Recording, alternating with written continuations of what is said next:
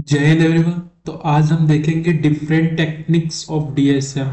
तो डीएसएम या हमने देखा था अपने प्रीवियस लेक्चर में कि डिमांड साइड मैनेजमेंट। अब इसके क्या क्या डिफरेंट डिफरेंट टेक्निक हो सकते हैं दोस्तों, जिससे हम इसको क्या कर सके, कंट्रोल कर सके। तो देखिए यहाँ पे टोटल कम से कम 11-12 तरीके हैं जिसकी वजह से आप डीएसएम को क्या कर सकते हैं, यूज कर सकते हैं। तो हम एक एक करके दोस्तों जरूर देखेंगे अभी। तो स्टार्ट करते हैं विदाउट वेस्टिंग टाइम। पहला टेक्निक, तो पहला टेक्निक हमारा क्या है, time of the day pricing and metering. इसका मतलब क्या है कि हमारा जो रेट होगा, जो हम इलेक्ट्रिसिटी कंज्यूम करते हैं उसका रेट क्या होगा, वेरी होगा। किसके according, time of the day. किस टाइम पे आप कौन सा किस टाइम पे, डे के टाइम आप यूज कर रहे हैं तो उसका प्राइस अलग होगा। मतलब क्या होगा, हम इसमें वेरी कराएंगे। किसमें, प्राइस जो होगा उसमें हम क्या कराएंगे, वेरी कराएंगे। उसी को हम क्या बोलते हैं, टीओडी या time of the day pricing method दोस्तों। Time of the day pricing जो हमारा टीओडी है वो ऑलरेडी प्रैक्टिस है हमारे इंडिया में। जैसे अगर हाई वोल्टेज इंस्टॉलेशन कराएंगे उसका अलग रेट है, industrial and large commercial installation कराएंगे उसका अलग रेट है। तो इंडिया में दो तरीके के रेट हैं, पहला हाई वोल्टेज इंस्टॉलेशन और दूसरा हमारा क्या है, इंडस्ट्री या हमारा कॉमर्शियल के लिए यूज आएगा, उसका एक अलग अपना मेथड है। तो इसमें इसका अलग प्राइस है, इसका अलग प्राइस है। तो इंडिया में ये क्या है, कहीं ना कहीं हमारा पहले से ही एग्जिस्टेंस है दोस्तों। Should extend for other installation India for all type of load. Other कई सारे different different type of load की प्राइसिंग है, वो इंस्टॉलेशन है। अब इसके बाद हमारा जो सेकेंड टेक्निक है दोस्तों वो क्या है, multi utility power exchange model. अब इसका मतलब क्या है दोस्तों, multi utility power exchange model मतलब क्या है, इसमें जितने भी आपके यूटिलिटीज होंगे, जितने भी आपके इक्विपमेंट होंगे वो किससे कनेक्टेड होंगे दोस्तों, हमारे ग्रिड से कनेक्टेड होंगे। और इसमें हम क्या यूज करेंगे, हैंडल करेंगे कैसे, हमारा जो पीक टाइम है, जो पीक डिमांड टाइम है उसको हम ग्रिड के हेल्प से उसको क्या कर देंगे, हम उसको शिफ्ट कर देंगे दोस्तों। तो यही हमारा क्या होता है कि मल्टी यूटिलिटी पावर एक्सचेंज, यानी क्या, ग्रिड के मदद से आप पीक टाइम को कैसे आप उसको ग्रिड को शिफ्ट कर रहे हो, कैसे आप उसकी डिमांड को फुलफिलमेंट कर रहे हो, वही हमारा क्या है, multi utility power exchange model. अब इसके कुछ कंडीशन है दोस्तों। कंडीशन क्या है कि जब हमारा पीक लोड हैंडलिंग कैपेसिटी है वो लेस होना चाहिए, क्या, 10% difference between peak load and average load. जो हमारा लोड हैंडलिंग है, जो हमारा पीक का लोड हैंडलिंग है वो होना चाहिए 10% कम से कम। ये लेस होना चाहिए किसके, जो हमारा पीक वो लोड है और एवरेज लोड। मतलब यहाँ पे आप कह सकते हैं ये हमारा पीक है, इसका डिफरेंस, एंड जो हमारा एवरेज है, इन दोनों के 10% हमारा क्या होना चाहिए, ज्यादा होना चाहिए। तभी हम पीक हैंडलिंग कैपेसिटी को क्या कर सकते हैं दोस्तों, हम उसको कंट्रोल कर सकते हैं। तो यहां से आप क्या समझे कि जो हमारा पीक लोड हैंडलिंग कैपेसिटी है वो should be less than the 10% of difference between peak load and average load. ये आपका सीधे सीधे फंडा है दोस्तों। क्या है आपका, देखिए फिर से, जो हमारा यहाँ पे पीक लोड हैंडलिंग है वो हमारा लेस होना चाहिए किसके, 10% of difference between peak minus average. इसके हमारा क्या होना चाहिए, इससे लेस होना चाहिए। ये हमारा कंडीशन है, तभी जाके आप multi utility power exchange model use कर सकते हैं दोस्तों। अब हम अपने तीसरे टेक्निक पे पहुंचते हैं। तो तीसरा टेक्निक जो दोस्तों हमारा लोड मैनेजमेंट का टेक्निक है, कि जब हमारा कंज्यूमर क्या कर सकते हैं, इसमें हम क्या यूज करते हैं दोस्तों, इसमें हम यूज करते हैं change the consumer electricity use paid. मतलब इसका मतलब क्या है, इसमें हम जो हमारा जिस टाइम, जैसे आपको अगर पीक टाइम में हम क्या करेंगे, कहीं ना कहीं उसमें हम रिड्यूस करेंगे कि आप कहीं ना कहीं वहां पे लोड हम क्या करेंगे, जहां पे ज्यादा डिमांड है उधर ही हम भेजेंगे। तो वही देखिए लिखा है, technique which improve the effective utilization of generating capacity encourage the best uses of electricity. It is for reducing the outage and improving reliability. इसका मतलब क्या है दोस्तों, लोड मैनेजमेंट में, कि लोड मैनेजमेंट हमारा पीक टाइम में हम क्या करेंगे, जहाँ पे लेस रिक्वायर्ड है, जहाँ पे उतना रिक्वायर्ड नहीं है, वहाँ पे हम क्या करेंगे, वहाँ का लोड कट आउट करेंगे और हम उसको लोड को कहाँ पे देंगे, जहाँ पे पीक टाइम में हमको ज़्यादा डिमांड है। तो लोड मैनेजमेंट में हमारा क्या होता है involve, planning, developing and implementation हमारा ये इन्वॉल्व होता है दोस्तों, ये लोड मैनेजमेंट का है। फिर उसके बाद इसमें आपको ये पॉइंट याद करना है कि रिड्यूस क्या करता है, आउटेज को रिड्यूस करता है और रिलायबिलिटी को क्या करता है, इंप्रूव करता है। इसमें कुछ और पॉइंट है, जैसे यहाँ पे आप देख सकते हैं कि लोड फैक्टर जो होना चाहिए, यहाँ पे लोड फैक्टर, जो लोड मैनेजमेंट में लोड फैक्टर हम देखते हैं वो तो आपको पता होगा कि एवरेज लोड अपॉन हमारा जो मैक्सिमम डिमांड है, उसी का हमारा क्या होता है, उसी को हम क्या बोलते हैं कि कितना हमारा मैक्सिमम डिमांड है वो नीचे रहेगा और जो हमारा एवरेज लोड रहेगा वो ऊपर रहेगा, उसी को हम क्या बोलेंगे। तो हमने देखा था क्या कि load factor is equal to जो हमारा था एवरेज लोड अपॉन मैक्सिमम जो लोड हमारा डिमांड होगा, वो हमारा लोड मैनेजमेंट में करेंगे। तो इसमें डिफरेंट डिफरेंट हम टेक्निक यूज करते हैं, जैसे यहाँ पे देखिए दिया है डायरेक्ट लोड कंट्रोल टेक्निक, यानी हम क्या करते हैं इसमें डायरेक्ट जो हमारा लोड होता है उसको क्या करते हैं, उसको आप डायरेक्ट जहां से मेन आपका सप्लाई आ रहा है वहां से क्या करते हैं, आप उसको कंट्रोल करते हैं। फिर उसके बाद हमारा क्या है लोकल लोड कंट्रोल टेक्निक, इसमें क्या होता है हमारा, ये क्या होता है जैसे आप देखे होंगे स्टेशन होता है, फिर सब स्टेशन होता है, वैसे ही हमारा क्या होता है, ये हमारा सब स्टेशन होता है, उसको क्या करते हैं कंट्रोल करते हैं। तो उसी को हम क्या बोलते हैं कि हमारा जो कंट्रोल जो हम लोकली लेवल पे उसे हम कंट्रोल करते हैं, उसे हम लोकल लोड कंट्रोल टेक्निक बोलते हैं। फिर उसके बाद हमारा कौन सा टेक्निक आता है, डिस्ट्रीब्यूटेड लोड कंट्रोल टेक्निक। अब इसमें क्या होता है हमारा, जो हम देखे होंगे यहाँ पे, जैसे ये तो हमारा क्या, एक तो डायरेक्ट लोड कंट्रोल कि जहां से हमारा सप्लाई हो रहा है वहां से उस लोड को कंट्रोल करें। दूसरा क्या है हमारा लोकल लोड कंट्रोल, इसमें क्या होता है जो हमारा चेन में जो डिस्ट्रीब्यूटेड यानी सब स्टेशन या सब सप्लाई हो सकता है उसको हम क्या कर सकते हैं, उसको हम कंट्रोल कर सकते हैं। फिर उसके बाद आता है डिस्ट्रीब्यूटेड लोड कंट्रोल टेक्निक, इसमें क्या होता है सपोज दैट जैसे आपका जैसे आप घर पे सप्लाई लिए होंगे तो उसमें उसको लोड को कंट्रोल करना है, जैसे आप कह सकते हैं तहसील वाइज या आप एक छोटे लेवल पे उसे आप कंट्रोल कर रहे हैं तो उसे आप क्या बोलेंगे, डिस्ट्रीब्यूटेड लोड टेक्निक। तो ये हमारा लोड मैनेजमेंट का है। फिर उसके बाद आता है चौथा जो हमारा टेक्निक है वो कौन सा है, load priority technique. Load priority technique में हमारा दोस्तों आता है कम से कम हमारा इसमें 3 मेथड आते हैं जो हमारा लोड प्रायोरिटी की, आप किसे पहले लोड प्रायोरिटी करोगे।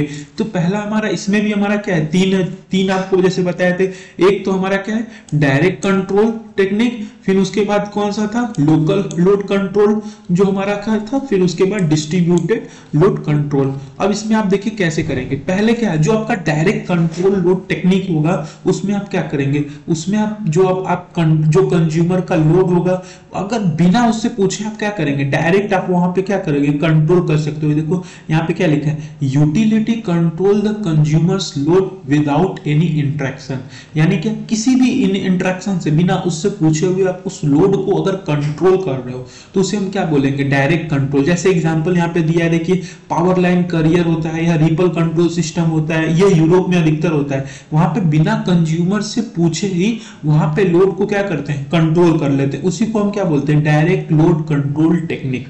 फिर उसके बाद हमारा क्या आता है लोकल लोड कंट्रोल टेक्निक।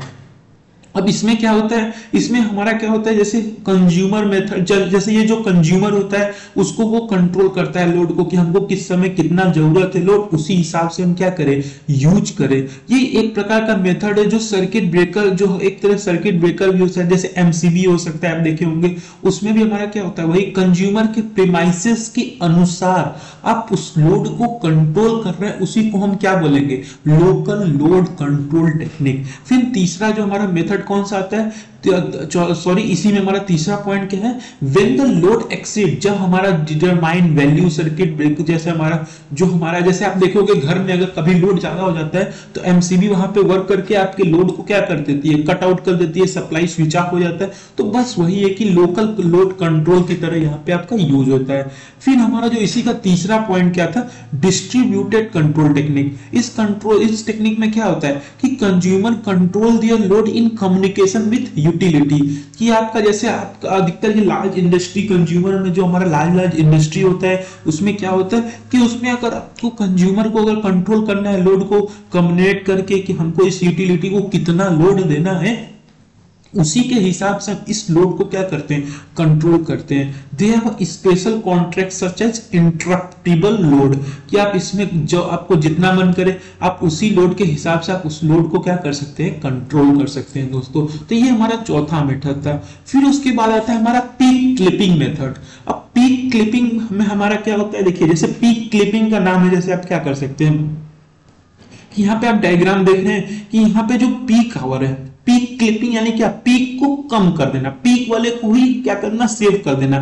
जैसे यहाँ पे देखिए पीक, यहाँ पे हमारा नॉर्मल सिचुएशन ये है कि पीक आवर हमारा ये हमारा क्या है पीक टाइम है, उसको हम पीक से मतलब क्या किए हम पीक को खत्म कर दिए। जैसे यहाँ पे देखिए इतना हम पार्ट को क्या कर दिए खत्म कर दिए, अलग कर दिए। देखिए यहाँ पे आप देख सकते हैं पीक आवर टाइम हमारा खत्म हो गया। रिडक्शन इन पीक डिमांड, जो हमारा पीक डिमांड होता है उसको रिडक्शन उसमें कर दिए। कैसे कंट्रोल, कैसे उसको पीक डिमांड को रिडक्शन किए, टैरिफ रेट उसका बढ़ा दिए तो हमारा पीक टाइम कम हो गया। या तो हम इक्विपमेंट जो है उसको अपने अंदर कंट्रोल में ले लिए तो उसके कारण भी क्या होगा हमारा जो पीक क्लिपिंग हो जाएगा। पीक क्लिपिंग और कुछ पॉइंट है जैसे shifting electricity consumption from peak to non peak hour, यानी पीक वाले पे जितने भी हमारे कंजम्पशन हो रहे थे उसको हमने क्या किया नॉन पीक आवर में ला दिया हम। उसके बाद हमारा कौन सा आता है classical form of load management. जो हमारा ये क्लासिकल मेथड है ये ज्यादा मतलब बहुत पुराने तरीके से यूज होते जा रहा है। इसमें क्या होता है जो कंज्यूमर के अप्लायंसेस है उसको हम क्या कर देते हैं स्विच ऑफ कर देते हैं using direct load control technique, यानी बिना पूछे हुए कंज्यूमर से डायरेक्ट हम वहां से सप्लाई कट आउट कर देते हैं। उसी का मतलब है क्या डायरेक्ट लोड कंट्रोल टेक्निक। अब उसके बाद आता है it will be more beneficial, ये ज्यादा इंडस्ट्रियल जो कंज्यूमर होते हैं उनके लिए ज्यादा बेनिफिशियल होता है क्योंकि यही सप्लाई जो डायरेक्ट लोड कंट्रोल टेक्निक से हम कट आउट करते हैं वही सप्लाई तो उन्हें लार्ज इंडस्ट्री वाले को देते हैं, इसीलिए इसका नाम क्या है पीक क्लिपिंग। फिर उसके बाद हमें यहाँ पे जैसे यहाँ पे हम देख सकते हैं कुछ अब उसके बाद हमारा जो छठवां मेथड है वो हमारा कौन सा है लोड शिफ्टिंग मेथड। अब लोड शिफ्टिंग में हमारा क्या होता है जैसे आप यहाँ पे देख सकते हैं डायग्राम देखिए एकदम इजी वे में। जैसे यहाँ पे आपका पीक टाइम है, उस पीक टाइम को आपने क्या किया इसको यहाँ पे शिफ्ट कर दिया नॉन पीक टाइम में। देखिए increasing the load during off peak hour, यानी जब हमारा पीक आवर नहीं है उस पीक आर को शिफ्ट कर दिया नॉन पीक आर में, ऑफ पीक आर में। उसी को हम लोग क्या बोलते हैं लोड शिफ्टिंग। जैसे यहाँ पे आप देख सकते हैं बिफोर जब हमारा लोड शिफ्टिंग के पहले ये हमारा देखिए पीक आर था, लेकिन यहाँ पे आप देख रहे हैं कांस्टेंट अधिकतर एक छोटे लेवल पे केवल मैन्यूट डिफरेंस आ रहा है, इसी को हम बोलते हैं लोड शिफ्टिंग। लोड शिफ्टिंग हम क्यों करते हैं, जैसे इस कैसे करते हैं हम जो यूटिलिटी लोड्स होते हैं उसमें हम क्या कर देते हैं रिडक्शन कर सकते हैं, पीक डिमांड उससे हमारा क्या हो जाता है कम हो जाता है, और जो हमारा लोड है वो हमारा कहां शिफ्ट हो जाता है ऑफ पीक पीरियड में। कई सारे अप्लायंसेस हम स्विच ऑफ कर देते हैं जब हमारा पीक टाइम होता है इसमें लोड शिफ्टिंग में। फिर उसके बाद हमारा क्या है वैली फिलिंग। और वैली फिलिंग में क्या होता है दोस्तों, वैली फिलिंग में क्या है कि हमारा जब लोड ऑफ यानी जब हमारा ऑफ पीक आवर चल रहा है, ऑफ पीक आवर चलते समय उस समय क्या कर देते हैं जो हमारा लोड होता है उसको हम इंक्रीज कर देते हैं, जिसकी वजह से हमारा जो पीक लोड होता है वो हमारा थोड़ा कम आता है और ऑफ पीक लोड में हम उसको क्या कर देते हैं इंक्रीज कर देते हैं। जैसे यहाँ पे आप देख सकते हैं दोस्तों कि हमारा ये नॉर्मल सिचुएशन था, पीक आवर हमको यहाँ पे मिल रहा है तो हम यहाँ पे हमारा तो कम मिल रहा है ना, तो उसको हमने क्या किया उसको हमने यहाँ पे शिफ्ट कर दिया। जो हमारा ये शिफ्ट जगह था यहाँ पे हमने क्या किया पीक आवर को रिप्लेस कर दिया। देखिए ये क्या लिखा है, इसकी वजह से हमारा क्या होगा लोड फैक्टर इंप्रूव हो सकता है और इसमें हम कई सारे हैवी अप्लायंसेस यूज कर सकते हैं switch off during peak hour में। यहाँ जैसे हम यहाँ पे इरिगेशन पंप उस समय यूज कर सकते हैं, वाटर हीटर यूज कर सकते हैं। ये अधिकतर इस टेक्निक को हम अधिकतर यूज करते हैं दोस्तों, इसीलिए इसे क्या बोलते हैं वैली फिलिंग, यानी हम ऑफ पीक टाइम में इसे क्या कर रहे हैं फील कर रहे हैं। फिर उसके बाद आता है स्ट्रेटेजिक एनर्जी कंजर्वेशन।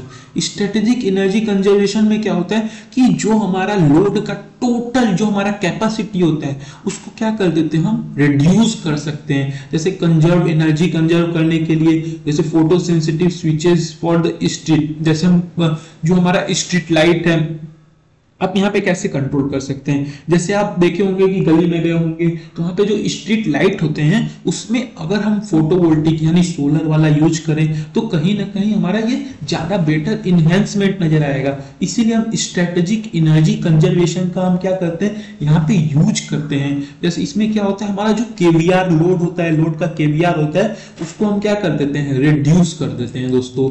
फिर उसके बाद हमारा आता है स्ट्रेटेजिक लोड ग्रोथ।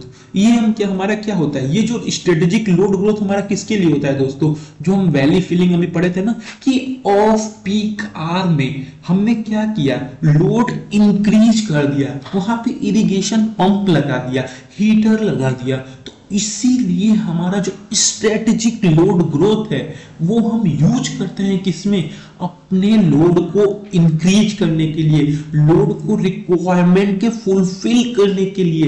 इसीलिए क्योंकि जरूरी नहीं है कि हमेशा हमको टेक्निक हमको कभी कभी हमारे पास ज्यादा सप्लाई, इसलिए हम अपने क्या करेंगे उस लोड को हम क्या करेंगे, इंक्रीज करेंगे। अब देखिए ये फ्लेक्सिबल लोड शेप हमारा क्या है, एक हमारा तो स्ट्रेटेजिक जो हमारा अभी यहाँ पे आपने देखा स्ट्रेटेजिक लोड ग्रोथ और एक हमारा स्ट्रेटेजिक एनर्जी कंजर्वेशन का दोनों का मिक्स है। तो ये किसका है हमारा, एक तो लोड ग्रोथ वाले का प्लस हमारा जो स्ट्रेटेजिक एनर्जी कंजर्वेशन। इसके लिए हमने एनर्जी कंजर्वेशन के लिए क्या किया था, अपने लोड रिक्वायरमेंट को हम डिक्रीज कर दिए थे। तो ये दोनों का कॉम्बिनेशन क्या है दोस्तों, हमारा फ्लेक्सिबल लोड शेप। यहाँ पे फिगर पहले आप देखिए दोस्तों, यहाँ पे देख सकते हैं अपने मन चाह अनुसार, by the way of you think, by the way of your desire, you can be change और shift, either it is strategic energy conservation और load decrement, either strategic growth for valley filling. You can use whatever you want. That will be the very beneficial strategic technique of the demand side management. That is one and only flexible load shape. In that what we have grown, इसमें हमने क्या देखा, इसमें अपने हिसाब से adjust कर सकते हैं, अपने रिलायबिलिटी कंस्ट्रेंट को हम फुलफिल कर सकते हैं, इसी को हम अपने कंज्यूमर लेवल को इंसेंटिवाइज कर सकते हैं या रिड्यूस कर सकते हैं, दोनों हमारा पॉसिबल है दोस्तों। फिर उसके बाद हमारा एनर्जी एफिशिएंट इंप्रूवमेंट। इसमें हमारा 3 मेथड है, इसमें हमारा 3 मेथड है। पहला क्या है, एंड यूज एनर्जी कंजर्वेशन, दूसरा लीस्ट कॉस्ट यूटिलिटी प्रोग्राम, तीसरा promotion of high energy efficiency technology. ये एकदम इजी है दोस्तों, एकदम इजी, आपको कुछ भी चिंता करने का जरूरत नहीं है। फिर देखिए इसमें क्या है हमारा एनर्जी एफिशिएंसी इंप्रूवमेंट, जो हमारा पहला क्या था, एंड यूज एनर्जी कंजर्वेशन। इसमें क्या है दोस्तों, हमारा ये क्या करता है, एंड यूज एनर्जी कंजर्वेशन, यानी क्या करेगा, जो इलेक्ट्रिसिटी का कंजम्पशन है कंज्यूमर साइड, यानी हम आप लोग जो इलेक्ट्रिसिटी यूज कर रहे हैं उसमें रिडक्शन करना ही हमारा क्या कहलाता है, एंड यूज एनर्जी कंजर्वेशन।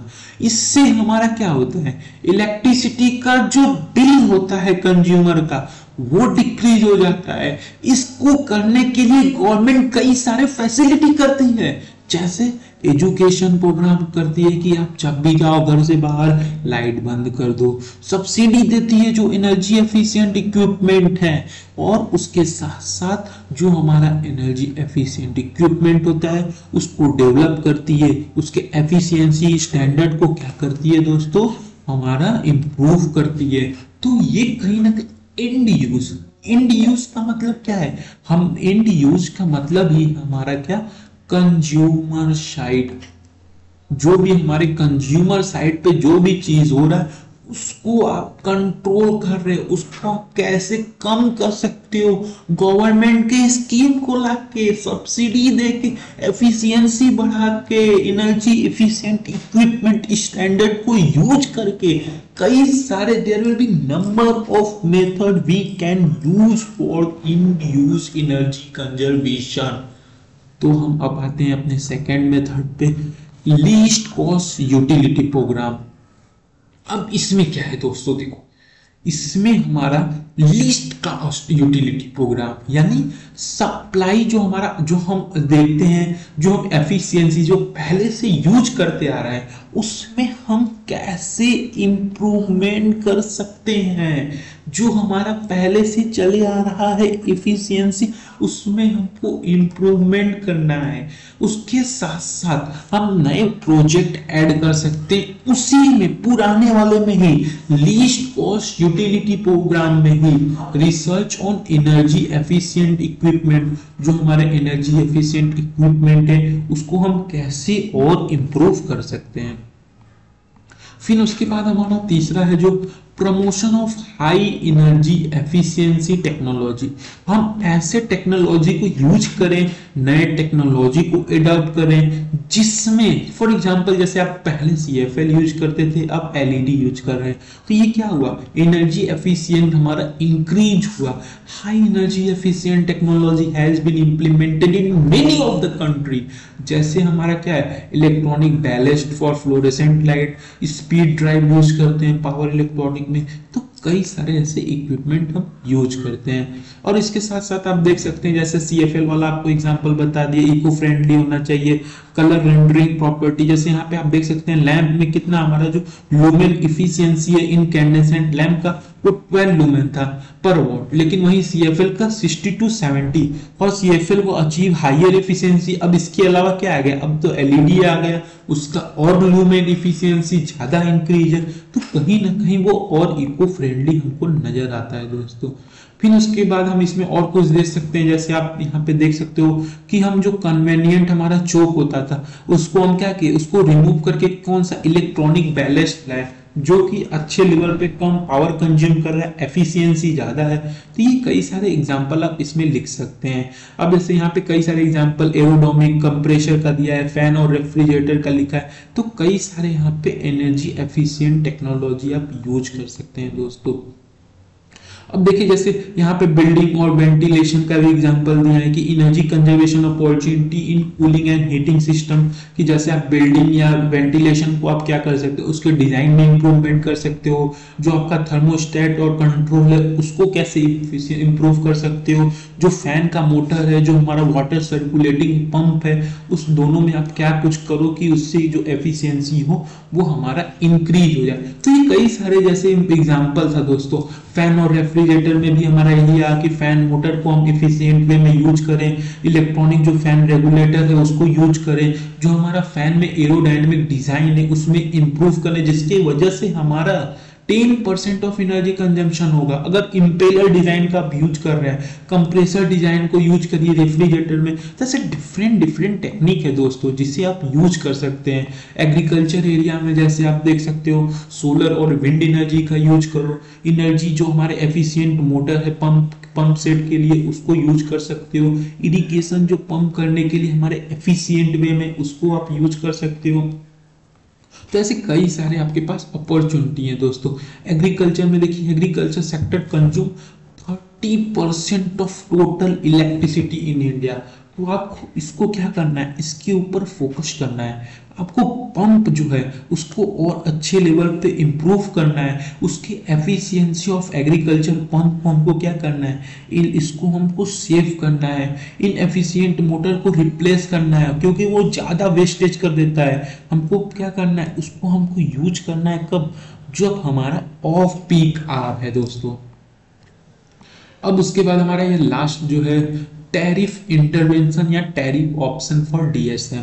इसमें क्या होता है दोस्तों कि हमारा जो टैरिफ का स्ट्रक्चर होता है इंडिया में तो ये पहले से ही है, क्योंकि लार्ज इंडस्ट्री के लिए अलग है, जो स्मॉल और कॉमर्शियल हाउस होल्ड है उनके लिए अलग अलग है। तो ये जो हमारे टैरिफ ऑप्शन इंडिया में पहले से ही हमारा क्या है यूज में आता है दोस्तों। तो ये in order to achieve effective tariff consumer should receive correct information about the cost involve in delivering power. जहां पे आप पावर डिलीवर कर रहे हो उसका जो इंफॉर्मेशन है उसको हमको करेक्ट वे में करना है, कि जिसके वजह से हमारा जो डिमांड और सप्लाई का दोस्तों जो बैलेंस है वो क्या रहे, हमारा मेंटेन रहे दोस्तों। अब इसमें जैसे proper tariff should be applied so as to improve the load factor. जब हमारा टैरिफ ज़्यादा अच्छा रहेगा तो उसकी वजह से हमारा प्रॉपर टैरिफ हमको नजर आएगा। और प्रॉपर टैरिफ का हमारा लीड पीक क्लिपिंग, और जब हम प्रॉपर कब हो सकता है टैरिफ, जब हम पीक क्लिपिंग और वैली फिलिंग हम करें, जिसकी वजह से हमारा जो लोड फैक्टर है दोस्तों वो हमारा इम्प्रूव हो जाएगा, कहीं ना कहीं हमको इम्प्रूव नजर आएगा। लोड शेडिंग में नॉट बी रिक्वायर्ड, इसमें लोड शेडिंग का कोई भी रिक्वायर्ड नहीं है, कट आउट हमें करना नहीं है। और उसके बाद देखिए इसके टाइप जो हमारे डिमांड साइड मैनेजमेंट के जो हमारे टैरिफ हैं इसके तीन है। एक तो टाइम ऑफ डे टैरिफ है, दूसरा सीजनल टैरिफ, और तीसरा हमारा कर्टेबल और इंटरप्टेबल रेट है, जिसे हम सी और आई रेट भी बोलते हैं। इसमें देख लेते हैं क्या क्या है। Time of the day tariff, अगर आप पीक आवर में यूज कर रहे हो, अपने इलेक्ट्रिसिटी का कंजम्पशन पीक आवर में ज्यादा आप यूज कर रहे हो तो उस समय आपको एक्सपेंसिव कॉस्ट होगा। लेकिन वही आप पीक आवर में यूज करोगे तो वहीं पे क्या होगा, आपका क्या होगा, चीप होगा, चीपर होगा। तो इससे भी कहीं ना कहीं हमारे जो सिटीजन है वो ज्यादा क्या प्रिफर करेंगे कि हम किसी चीज को यूज करें कब, ऑफ पीक आवर में। इस टाइप के टैरिफ क्या कर देते हैं, कंज्यूमर को इनकरेज कर देते हैं कि पीक आवर से वो नॉन पीक आवर या ऑफ पीक आवर में वो मूव है दोस्तों। टीओडी मीटरिंग इज रिक्वायर्ड, वहां पे हमको मीटरिंग लगाने का ज्यादा जरूरत है। फिर उसके बाद सीजनल के हिसाब से, कि सीजनल में हमको क्या करते हैं कि हम सीजन के हिसाब से जिस यहाँ पे डिमांड ज्यादा है वहां पे हम क्या करें, रेट भी ज्यादा रख सकते हैं। पीक कंजम्पशन मंथ पे हम क्या करें, वहां पे चेंजिंग रिक्वायरमेंट है, तो वो सीजन के हिसाब से हमारा वेरी करता है।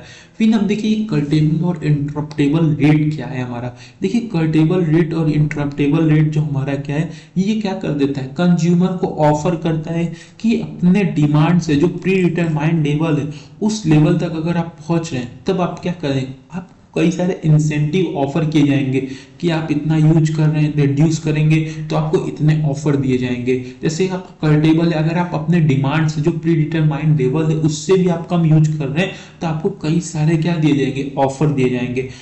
इसमें क्या है, इसके वजह से हमारा क्या हो, ये अधिकतर किसके लिए होता है, पहले इंडस्ट्रियल और कॉमर्शियल कंज्यूमर के लिए। अगर आप सक्सेस है अपने टैरिफ को तो हमारा क्या होगा, ज्यादा ऑफर होगा, जिसकी वजह से हमारा इंप्रूवमेंट भी नजर आएगा।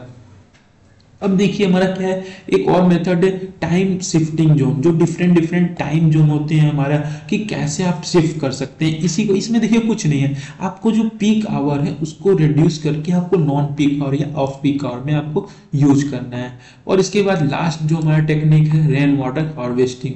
अब रेन वाटर हार्वेस्टिंग में हम क्या कर सकते हैं कि जो हमारा वाटर है, रेन वाटर, उसको कलेक्ट कर सकते हैं अपने रूफ पे, लैंड पे, जिसकी वजह से क्या होगा, आप कई सारे अप्रोप्रिएट टेक्निक है उसको आप यूज कर सकते हैं अपने वाटर, अपने एग्रीकल्चर में, जिसकी वजह से आपका जो रिडक्शन है एनर्जी कंजर्वेशन में वो भी हेल्प होगा। आपका एनर्जी कंज्यूम होगा वहां से वाटर से, तो आपका पंप मोटर कम चलेगा, जिसकी वजह से आप क्या करेंगे, आप में कहीं ना कहीं आप एनर्जी कंजर्वेशन ज्यादा करेंगे और एनर्जी का डिमांड हमारा कम होगा दोस्तों। तो ये हमने देखा था क्या, टोटल मेथड जो कि हमारे डिफरेंट डिफरेंट टेक्निक है दोस्तों, कि कैसे हमने जो हमारा डिमांड साइड मैनेजमेंट है उसको हम कंट्रोल कर सकते हैं, उसको हम कैसे रिड्यूस कर सकते हैं। तो ये टोटल हमने इतने टेक्निक देखे थे दोस्तों। तो एक तो हमारा टाइम ऑफ डे था, multi utility power exchange model था, लोड मैनेजमेंट था, load priority technique, peak clipping, peak shifting, strategic conservation, different energy efficient improvement था, डिफरेंट टाइम जोन था, टैरिफ इंटरवेंशन था, रेन वाटर हार्वेस्टिंग। तो ये इतने point आपको याद होने चाहिए, या ज्यादा कठिन है नहीं दोस्तों, क्योंकि इसमें आपने कई सारे चीजें देखी हैं। तो आपको ये कम से कम मिनिमम 5-6 पॉइंट आपको याद होने चाहिए दोस्तों। तो ये हमारा क्या था, different techniques of DSM method. Thank you दोस्तों, जय हिंद।